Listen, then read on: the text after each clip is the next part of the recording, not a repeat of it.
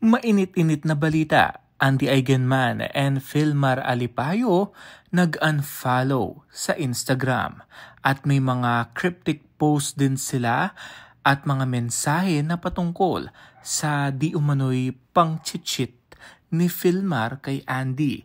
Ito na nga katibayan na nag-unfollowan na sila at narito ang story ni Andy. But also maybe she could be thinking, you said you were broken up and he said you went crazy for having feelings. So I'd be on his side 100% because about you or your little children. Because you crazy and I'm most def not doing this because I'm actually toxic, but maybe that's just me since I'm the crazy one.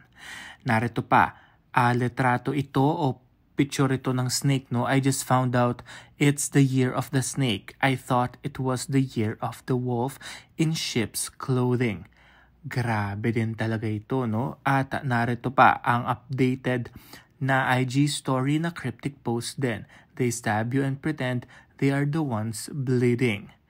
Narito naman si Filmar Alipayo para mag-explain on his side.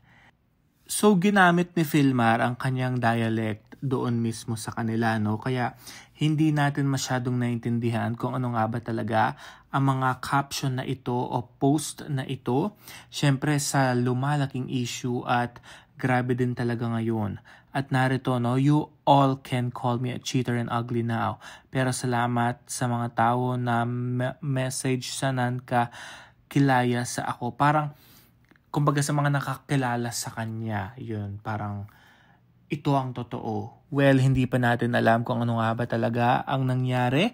Kung totoo ba talagang nag-cheating itong si Filmar kay Andy. Talagang napakasakit siguro sa nangyari kay Andy dahil syempre, no, recently lang parang syempre nawalan siya ng nanay at ito naman ang bago niyang kinakaharap ngayon.